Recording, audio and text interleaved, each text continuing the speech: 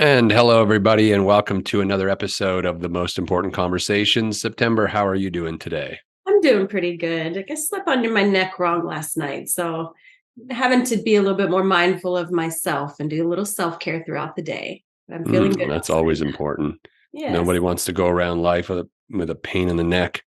There's enough pain in the necks out Right. there. We don't need our own, That's right. That's right. right? Metaphorically, so I'm going, what is the pain in my neck right now? Hey, so let's get into it. What are we talking about today? You've got the topics on hand. You're like the call-in person, who calls in. I had a question about this, or I want to bring this topic up. But what's on your mind today that we can go over? I would love to have the conversation around perception. Perception. Perception.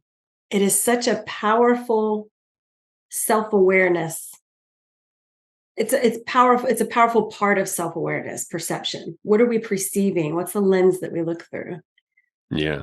And there's so many layers to it.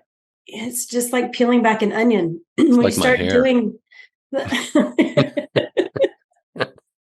when you when you start doing the work on yourself, Yeah.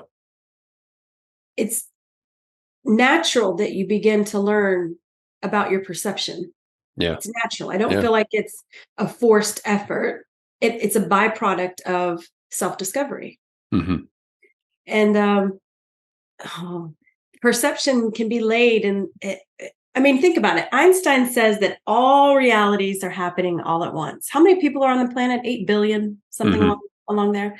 That means there's 8 billion unique and different experiences that are happening right now. Hmm.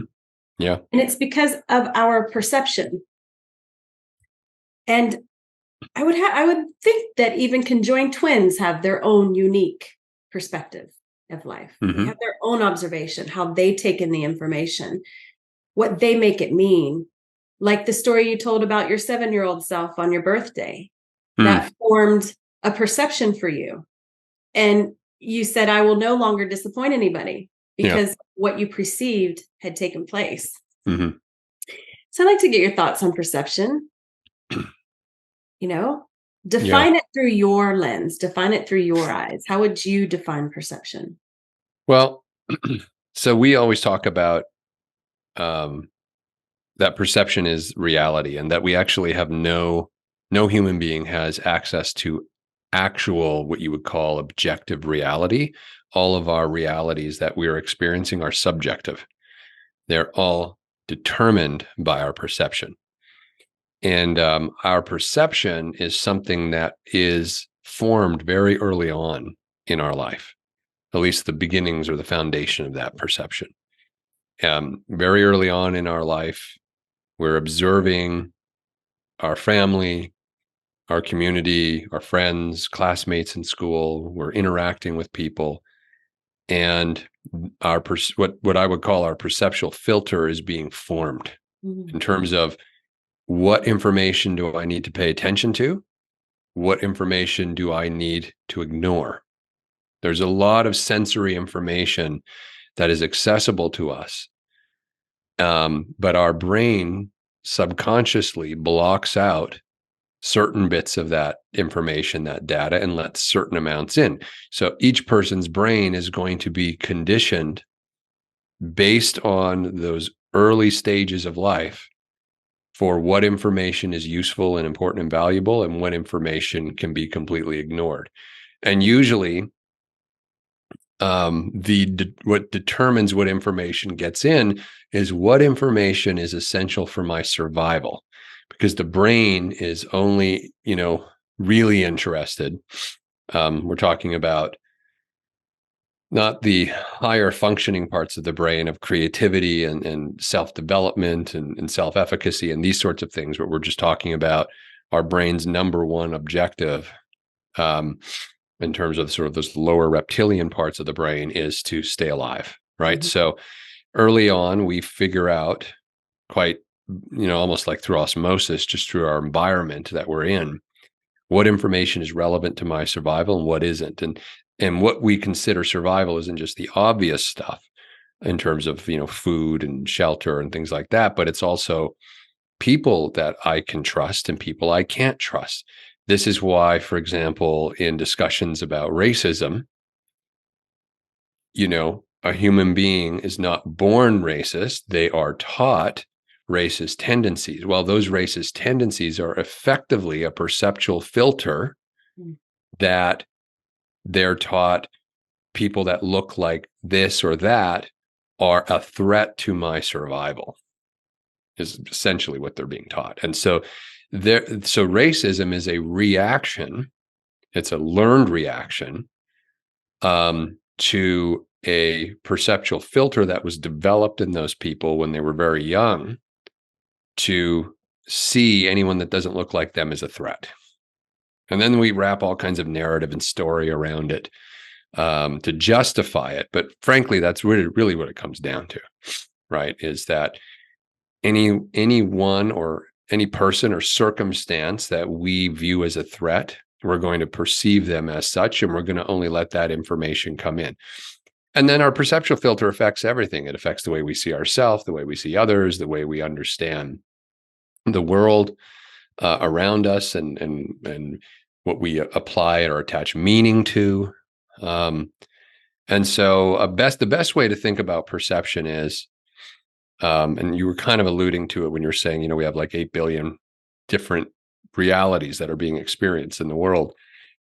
And to make it, just to ground it a little bit more, like you and I could go to a football game, and you and I would have two totally different experiences of what happened at that football game. And that's the same with everyone else in that stadium, because someone's watching the quarterback, someone's watching the cheerleaders, someone's watching the concession guy coming down, someone's people watching someone over who has a neat coat or cool coat or something like that. We're always looking at different things and taking things in. And what determines what we're looking at and taking in is the perceptual filter we walked into the stadium with. Right. So it's this thing that sort of compounds, where it's like, another example I give of the power of perception is, everyone who's listening or watching, I'm sure you've had the experience in your life of having a car and then getting a new car, or new to you. It doesn't need to be brand new, but a new car. And so let's say I'm driving around, in a Toyota for, 10 years. And then, I decide I'm going to get a Mercedes. I'm going to upgrade, and I get the Mercedes, and all of a sudden I see my car everywhere. It's like, what the heck? Right? You didn't notice the Mercedes until you had the Mercedes. So there's this thing in the perception world that's a sort of a simple way of thinking about it, is if you spot it, you got it. If you want to understand what your perceptual filter is paying attention to and what's important to you, it's what you see in other people is who you are, and it's the data you're letting in. We let in what we are. That's why I see my car after I buy a new car. I only see my car everywhere, right? Our perceptual filter lets us in. So when other people are coming at us and we're, say, triggered by something they say, or we're in reaction to something they say, if you spot it, you got it. You only see yourself in other people, because yourself is not a threat to you, incidentally. So you can see it. You won't be able to see something that your perceptual filter has blocked you from seeing. It will be completely invisible to you. You won't notice it. And that's what we call blind spots. So when someone says to you, hey, have you ever noticed you're kind of like this, or you do this or whatever, and we're totally blind to it, it's because our perceptual filter has blocked that aspect of who we are, or the effects of who we're being out in the world. We don't notice it. So we can have blind spots too. So anyway, perception is this. There's really two things, I think, that if we could help people really get a handle on in life: their emotional sobriety, and understanding that their experience of reality is their unique experience determined by their perception, their perceptual filter, which was developed when they were young. You can change your perceptual filter, but the only way to do it is to expose yourself to new experiences that are uncomfortable to you, that you would resist. And so, like, a great example of that, going back to some of the examples that we've talked about, but the one I started with about racism, there's a gentleman that I actually want to interview for our TMIC podcast. And he's a black man who, I don't know if he's a pastor, but he goes to white supremacist meetings. He goes to white supremacist meetings. Brave man. And his whole objective is to be the face of transformation and change for those people, because he said he understands and he knows that those people who are racist right now, that's not who they are as a human. It's who they've learned themselves to be, who they've been taught to be.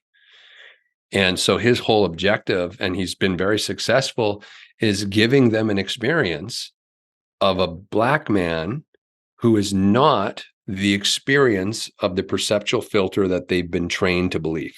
Mm-hmm. Yes. And in giving them that experience, he cracks that perceptual filter open, and suddenly they have a different experience. And he has, I don't know how many people, but he has successfully, that's why I want to interview him. He has successfully helped people who were part of white supremacist organizations wake up and leave and go, like, this isn't even who I don't even want to be this person. You know, like they had that perceptual filter shattered. Their reality was changed, you know? So it's a good example of how you can change your perceptual filter if you're willing to be uncomfortable. How does it relate? I mean, we hear this like your relationships mirror you. And so let's say that you have a partner who has a track record for not quite telling the truth all the way. And as somebody who values honesty and truth, help me understand how that part that I see, or that part that's being seen in that partner, is something that's being held within the person who's viewing it. Right. So just to be clear, so you're with somebody, you're in a relationship with somebody who has problems telling the truth, and you're saying you see that in them because it's if you spot it, you got it. Correct. Like, right. But how does that apply if somebody says, no, honesty is something that I absolutely value? Well, it's just two sides of the same coin, right? The point is that in this case, it's truth. Truth is important to you. And in this narrative that you're talking about here, avoiding the truth is important to that other person, but the topic is still truth. So you see the world through the lens of truth. Your perceptual filter is highly attuned in to let in information about truth or untruth. And so is his in this example, his perceptual filter. But what he's looking at is how he can manipulate or twist the truth to get something. And you're looking for people who are truthful or not, but both of you are still in the conversation about truth. That makes sense. Yeah. Yes, that always confused me when I would hear, well, people mirror back. And it's like, but that's not how I believe in life. That's not how I navigate life. I believe in being a good parent. I don't believe in being a negligent parent. Yeah. And so it's like, well, I'm not a negligent parent. I was very attentive to my kids. I spent a lot of time with them, whatever that story is that's being told. And seeing perhaps a sibling that is also a parent and going, wow, you're a really shitty parent. Yeah.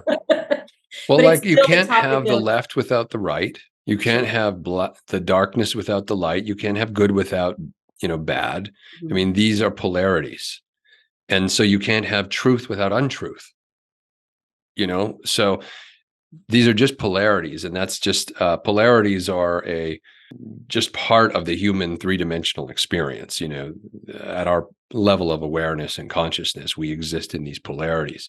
That's why I always say that the truth, capital T truth, no human being can actually lay claim to understanding it, because it is a conundrum. The truth is in a paradox. The truth is between two polarities, two extremes, two paradigms. And as human beings, we have proven over thousands of years to be completely incapable of reliably holding two things that are opposed to one another in our mind at the same time. That is very difficult for human beings to do, right? We can kind of get there with some, some topics that aren't really maybe serious or emotionally activating with us. We can it's more ambivalence. It's not that we've truly understood the truth, right? Mhm. We tend to find ourselves gravitating to one paradigm or another. That's why I always say to people, it's actually what my philosophy professor said to me in school.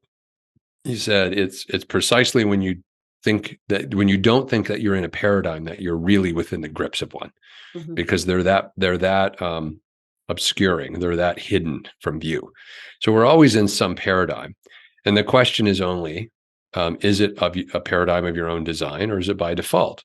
And we get to choose that. And if we choose to create paradigms by design that work for our life and give us a sense of integrity, we've got to work on our emotional sobriety, and we've got to work on our perceptual filter, on actually crafting it. What information am I going to let in and what information am I going to let out, versus allowing the perceptual filter that was by default created when I was 8 or 9 to run my life as a 30 or 40 or 50 something year old adult.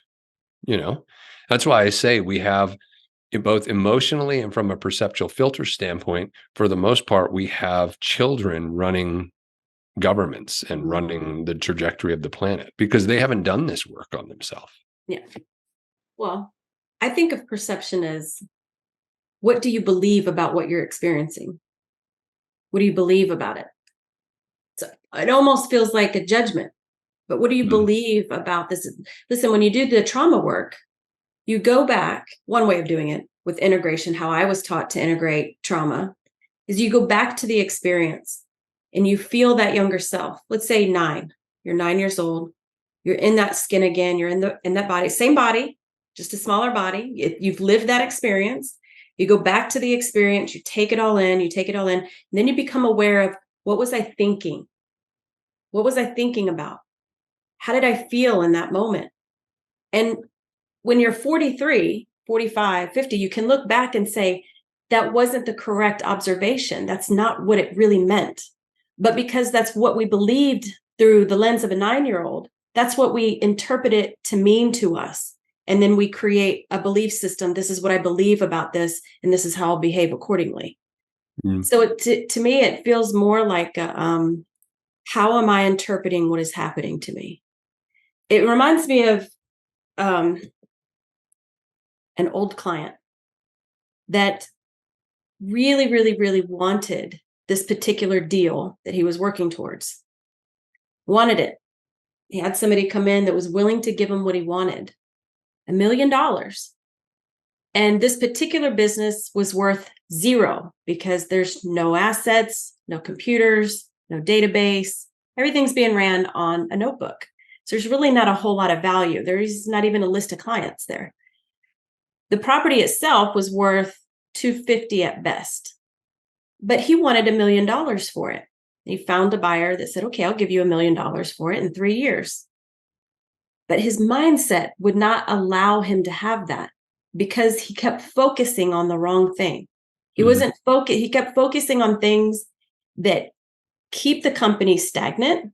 He was not focusing on the things that would cause the company to grow. His Mhm. mind wouldn't let him go there. He couldn't see the possibility that was in front of him because he was so focused and programmed on focusing on what was and what has always been. And there Mhm. was no room for shift, for that perception to change. His perception was, this is how I've always done it. My father taught me this. Okay, 40 years ago, my father taught me this, but things Mhm. have changed. So he's allowed himself, his perception to stay there, but this is how it's always done. Instead of evolving and growing and seeing the other possibilities, opening his awareness, opening his mind up to what's possible. And I like that process of opening your mind to what's possible because it doesn't get you fixated on one path. You go, oh, that's a possibility. What's another possibility? And what's another Mhm. possibility? And what's another possibility? And you could play that possibility game. And those different possibilities then become belief systems. Oh, that possibility resonates with me the most. I'm going to believe that about the situation. Now Mhm. that becomes your filter, becomes part of the lens that we look through because it's our belief systems. Is any of that resonating or making sense, or would you say that you experience that the same way? Well, I would say that it's important not to conflate belief with perception, although belief influences perception and perception influences belief. So there's a Yes. relationship to them, but they are Okay. different things. Hmm. Perception is strictly relating to the data or the information that I am receiving in my brain from my five senses. Hmm. What I make that mean is where my belief system kicks in. So our perceptual filter literally will prevent us from seeing, hearing, touching, or tasting things in the physical world, certain things that are present. It's like, and so therefore that becomes a blind spot. And if it's a blind spot, then we don't attach any meaning to it. It's not there. It doesn't exist, right? So there is a relationship between beliefs. So belief is part of the meaning making experience of human beings. So once that perceptual filter has let data in, what do I do with it? What do I Hmm. make it mean? And by the way, this is all happening within like 1 to 2 seconds. I mean, it's Milliseconds. Yeah. rapid. It's not, which is part of the issue is that we become so habituated in terms of how we live our lives. I had read somewhere that something like 95% of everything you did yesterday, you're going to do again today, and you're going to do again tomorrow. Right. So we really are, until we choose not to, are living in sort of a Groundhog Day Hmm. scenario. And that happens because our brain is wired for efficiency, and it is wired for survival. So it's trying to make our survival as efficient as possible. And one of the ways that it does that is it habituates things so we don't have to relearn them or think about them over and over and over again. So like think about, getting in your car and driving somewhere. I mean, the first time you drive in a car, you're aware of the hundred something, Yes. decisions you need to make, in terms of driving a car. And now, years after doing it, you're like eating a sandwich, doing your makeup, changing the radio all at the same time. Hmm. So, you can multitask because it's been a habituated thing. Now, using that same example, if you wanted to improve the way you were driving the car because there was some reason why you would have to do it, maybe you're going to become a race car driver, or, there are different techniques. You would have to let that new data in and slow down and allow yourself to be able to relearn. That's the effort that it takes to change a perceptual filter. So you can apply that to anything in life. You can apply it to your beliefs about people, your beliefs about society, right? So you'd have to let new data in, and then your belief system would be challenged. And then the belief system and the perceptual data do this dance of what are you making it mean for yourself. Um, so, like a common perception people have are usually like limitations of the self, like I can't do this, Hmm. right? Or that'll never work. And so that's a belief, but it's based on data. Their perceptual filter has brought in data that in the past, when they've tried something, nothing happened. And so now now that perceptual experience has become a belief system. And so that belief system will block any new evidence that would prove that belief system wrong. It won't allow it to be challenged, right? So people can get really trapped and habituated and just kind of going through the motions, doing the same thing they've always done, not allowing themselves to take risks, try new things, expose themselves to new ideas, new people, new experiences. And yet they wonder why they feel like they're so dead and not alive, right? That's the irony of it, is that, I always say to people, people don't like traveling because just to travel. Big people love going on vacations and traveling and stuff like that, and they always say, "Oh, it was so great, and I felt so alive." And that only really happens if you're traveling to a place you've never been before, or you're experiencing things you've never done before, even if it's a place you've never been. And the reason that happens is because your perceptual filter is overloaded with new data new information from new experiences it has no history of. So it can't know what to block and unblock. So you're overwhelmed with sensory information, which means your brain can't run on autopilot. It can't run on habit because you're in a place you've never been before. You can't predict what's going to happen, who's going to be there, how to get there, what it's going to be like when you get there. Like there's nothing you know. So your mind is like a child when you're traveling to a new place. It's just open. It's open because it's the only posture the mind can take if it's going to keep you safe. You have to have an open mind in new experiences to keep yourself safe. If the brain assumes that it's going to ignore certain things, it could be at risk because you don't have a history of it, right? Whereas when you're living a life you've always lived, your brain is making subconsciously decisions for you about what it's going to ignore and not ignore because you've already handled that, thought about that. No need to rehash it. Let's not go back there. And so anyway, the experience people have when they're traveling is one of aliveness. Why? Because you were totally in the present moment. You were totally connected to yourself. Your mind was wide open and you were just taking it all in. And that's that feeling that gives us is a feeling of aliveness. Now, what if you could live your whole life like that? Right? Well, it takes intentionality to check yourself every day and basically override your perceptual filter by allowing yourself to do new things. We should be doing at least one new thing every single day to make this practical for people. And if you did one new thing, even something that was out of your comfort zone, every single day, I mean, your mind and your perceptual filter would explode. You would see so much more potential. You'd have so much more opportunity that you would have a totally different life.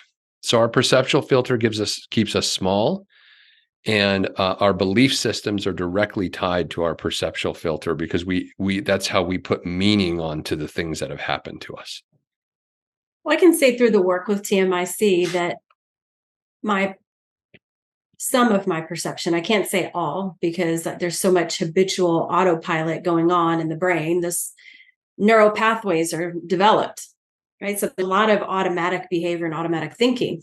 But through the work with TMIC, I can say that learning how to slow down to speed up. And in that slowdown process, it's a matter of choosing what I want my perception to be. Yeah. Choosing, I want to see it this way because it serves me better. Or, you can have somebody who's owns a business and they say, well, we lost $300,000 last month. There's no way we're going to be able to recover that. We're just going to have to shut down our doors. That's not going to happen. Somebody else can come in and go, oh, what are you talking about? There's huge opportunity here. Right. You just got to rearrange the pieces to make it work. So it's all about the choice of how we want to see things. And I find that from that space, perception is habitual. There's no choice in it. It's slowing down time almost in that moment. Just slow it down and be aware of what are you choosing to interpret what you're experiencing? What are you choosing to believe about what you're experiencing? That being said, when you talked about it's about survival, our brain is to keep us safe. Well, an uncomfortable, familiar situation, unfortunately, is safe to the brain because it's familiar, even though it's not healthy. It's still a familiar experience. And so there's just such a rhythm of taking in the data so quickly and interpreting it so fast. We move at such a fast pace now. I would say if we could really just learn to slow ourselves down a moment and pay attention to how we feel. Because I can say that started with TMIC. Pay attention. Does this feel good to you? What you believe and perceive about that situation, does it support you? Is it serving you? Does it serve others? And if it doesn't, then step back and make a choice. Look to see what other possibilities may be lying there. And if you can't see it, ask somebody else, hey, what do you think about this situation? What's this look like to you? Because everybody's going to have a different opinion and different perception of how to navigate through particular experiences in life. Yeah. I mean, the example you give is a great one. Going back to the business owner example, Mhm. someone who says, I've got to shut my doors because we're $300,000 in debt. And that's because their perceptual filter only saw the business as going this way and it had to go like this. And they were only getting data in that would validate their Validate. um, see, this is where belief and perception dance together. I'm Mhm. only going to let in the data that you don't really think this, it's subconscious, but your brain only lets in the data that supports the belief system. And then the belief system reinforces the perceptual filter to only let that data in.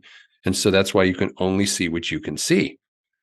And yes, someone else who isn't in that dance with your brain and your belief system, they come in and they're like, you may be in debt, but I see all this possibility over here, because they're not attached to this is how it was supposed to go. This is the data that proves this is how it was supposed to go. And therefore, this is my belief about that. Right. So that's the dance people get trapped in.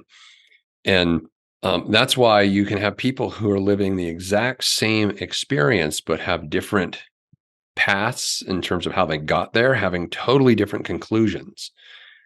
This is why, tragically, people who see no way out of a terrible situation other than suicide, and yet other people will look at their life and we're like, but they had so much potential. Yeah, but Mhm. they couldn't see it Yeah. because their perceptual filter would not let that data in to change their belief.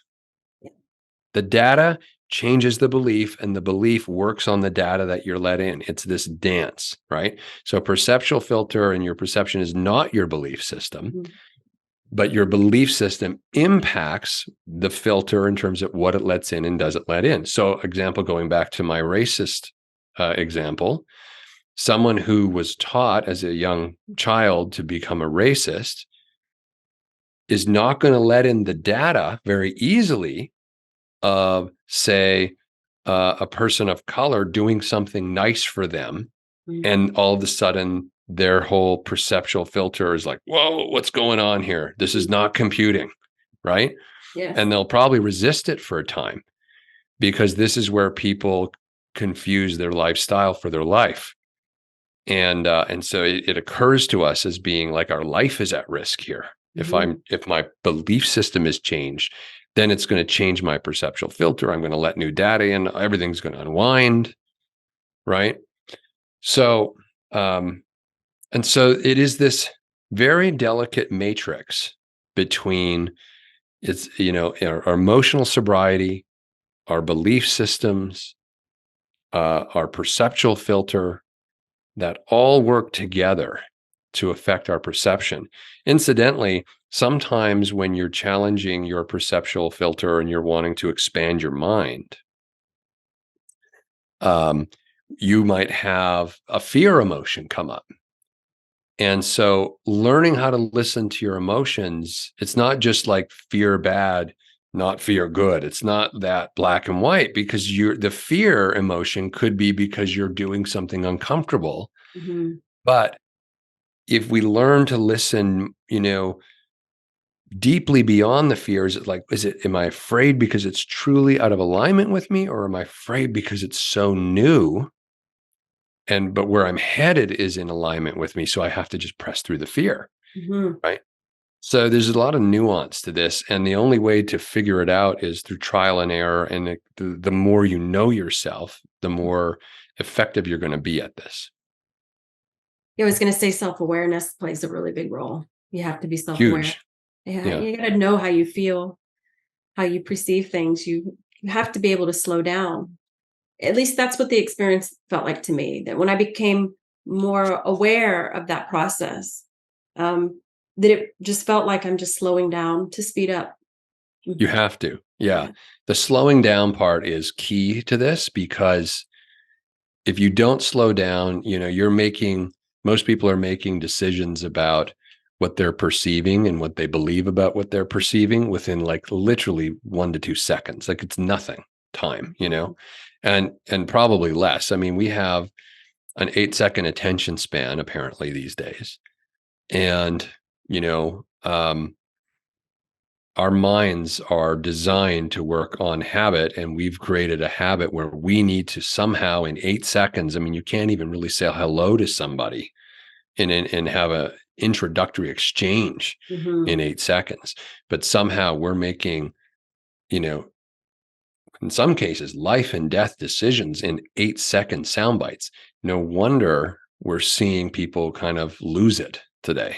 And, mental health crisis and crisis with drug addiction and opioid addiction, or anything to escape life, and the anger and the frustration and all of the stuff we're seeing, in our society is the result in part of people moving way too quickly. And I think that our society is experiencing something that it was never prepared for with the advent of the technology. Social media, now AI, has advanced far faster than our ability to integrate it into who we are and how we want to conduct ourselves and the type of society that we want to live in. It has happened far too quickly. And it's the classic, we everyone talked about the fact that we could, no one asked whether we should, and then even if we should and how we should do it if we were to move forward. So yeah, I'm encouraging people to slow down, like you're saying, and because slowing down, you can go faster because you're making choices that are more in alignment with you. And the more you do that, the more you're going to experience this state of flow in your life where things are just working for you. But if you don't slow down, you're going to be meeting resistance at every turn. So that's the kind of the fallout of it. Definitely true in my experience. I that is my perception as well. It's all a perception. We're never outside of a perception. Again, is it of your own design though, or is it by default? Was it something you learned 20, 30 years ago, or is it something you're actively creating right now? So, and that's why it's not something that you can get handled in 3 days at a workshop or 7 days in a retreat. Like we are as human beings, the culmination of our habits, of our subconscious habits, and our habituated conditioning. And we didn't become this way in 1 week or 2 weeks. So why do we think we're going to redesign it any faster than that? I mean, it's ridiculous, Yeah. So that's why we're unabashed, with our, it's we have a 1-year program. It's a year. Actually, it's your life. We just decided to call it a 1-year program, but it'll get you started, Yeah. And some people are like, a year? Like, where's the 5 steps to all my dreams coming true? And I'm thinking, well, when has that ever worked for anyone? It's never. Yeah. No. So, No. yeah, I mean, we we don't think have about much brain. respect for mastery these days, do we? I mean, and what it takes to become a master. And if you're going to be a master of anything, you should be a master of your own life. At the very least, master your life, But Yeah, I would say master yourself, knowing yourself. yeah, Yeah, that's a good yeah, one. yeah, I mean, when you think about the phases of brain development from birth to 12, how mm, mm, crucial that period of time is for programming. It's yeah, crucial time. yeah, That why do we think, like you're saying, that 3 days can undo programming that happened from 0 to 12? yeah. Um, And then everything since then has just reinforced that reverse. programming. Yeah, Mm, yes. Fascinating topic. I know we can talk about it in so many different ways and so many different angles.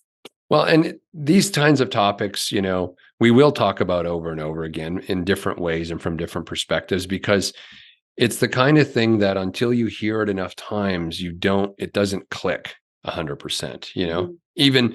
even there are people listening or watching whose perceptual filter is blocking out, 75% of what we're saying today. And so that's why, they're not trying to, it's not an intentional thing, it's unconscious, but Mhm. that's why people, it says, even in sales, they'll say, if you go for sales training, they'll say someone needs to hear the sales pitch 7 times, 7 different ways before they can they can determine whether it's a fit for them or not. Because the first few times their perceptual filter is just blocking this. It's like Charlie Brown, and sometimes it's like the teacher in Charlie Brown, Yes. wah, wah, wah, wah, they just, you can't even understand what the person's saying. Yes. Yes. You're hearing the words, they're saying the word, but it's not computing, it's not integrating. That's because the perceptual filter is blocking it all. And so, yeah, we are going to be intentionally redundant and repetitive about this stuff because it's the only way to help people understand it. Well, I'm excited about those forward conversations. Yeah, likewise. Good. I think it's a good introduction to people. This is maybe a new conversation for them. Yeah. Sure, they've heard I'll just leave perception. people with this idea that, think about, tomorrow when you're interacting with a colleague or a family member or some experience is happening to you. Try to slow down and experience it not as sort of this matter of fact way that, oh yeah, that's happening. Like I tell people, even like do something new every day, like drive home from work a different route. I intentionally go to cities when I'm traveling, and I intentionally don't use a GPS and try to figure out, based on my understanding of where things are in the city, how to get to where I'm going. Like I actually get myself lost. And the number of things that I've discovered, like little shops or cool little restaurants or things like that, just because I wasn't going on the habituated highway, it's remarkable. And you can have that experience in your own life. So, maybe have a different conversation. Like I find it fun with people I know well to talk about things that are like avant-garde and sort of outside the normal conversation. And, sometimes they're shocked and they're like, what are you talking about? Right. But it's out of my comfort zone. But, yes. I remember when I used to work in office buildings and I'd get in the elevator, I was always just really curious about people's experience. And so I'd turn around and face them. Everyone's in the elevator and I'd stand looking at them. And man, it was like you had committed the most grievous sin. It was like the looks, it was like, what the fuck is this guy doing? So, but I do that only because, I don't know, maybe it frustrated some people, but maybe there was one person on those elevators who reflected on that. It was like, why did that bug me so much? And so there's a little crack, a little opening of awareness. And so the more we can play that game with ourselves, try things differently, have different conversations, take a different route home, challenge yourself to get out of your comfort zone. The more life is going to just like a new place that you're traveling to for the first time. Life is just going to expand for you. So, well, this has been an interesting conversation. We thank everyone for dropping in and listening as usual. Thank you as always, September, for stimulating our minds and activating some topics that we can apply in our own life. And for those of you watching, you can find out more information about our programs at TMICglobal.com or themostimportantconversations.com. And we hope to have you join either Whole Life Architecture or some of the other cool stuff that we're doing and be part of the community. But until then, we'll see you on the next episode of The Most Important Conversations. That concludes this episode of The Most Important Conversations. This in-depth conversation could set you on the path to self-improvement, which is essential if you want to be an effective leader and take meaningful action in your life. If you enjoyed this episode and want more of these stimulating discussions, you can find them at TMICglobal.com. Remember, the world is at a crossroads right now. You can't afford to waste this opportunity to take charge of your life, build meaningful relationships with others, and co-create a brighter tomorrow. Thank you for listening. See you on the next one.